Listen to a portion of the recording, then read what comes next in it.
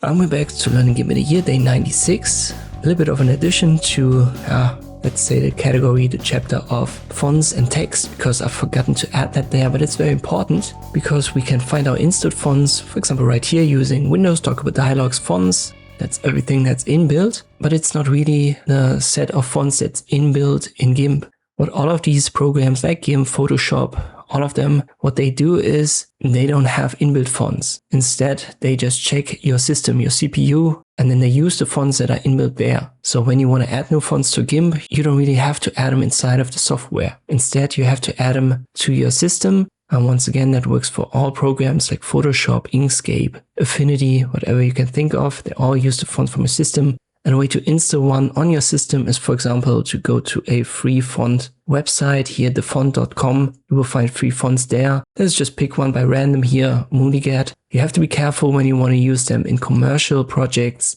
So read through the notes of the author. Here, for example, it says so only for personal use, no commercial use allowed. So that happens sometimes. You have to then pay for a license to use it commercially, but if you want to use it in a personal project, should be fine. Just download it. By default, you're going to get a zip folder. Make sure to extract all. Then you get the extracted folder, double click on it.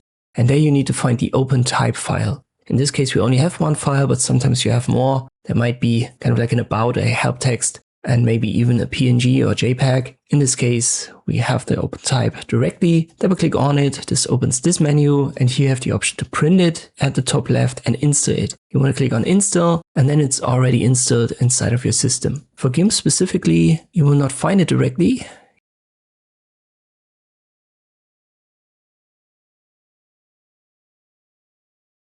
Here it's alphabetically sorted, should be here, but we can't see it. You simply have to refresh down there. But now if we scroll, MO,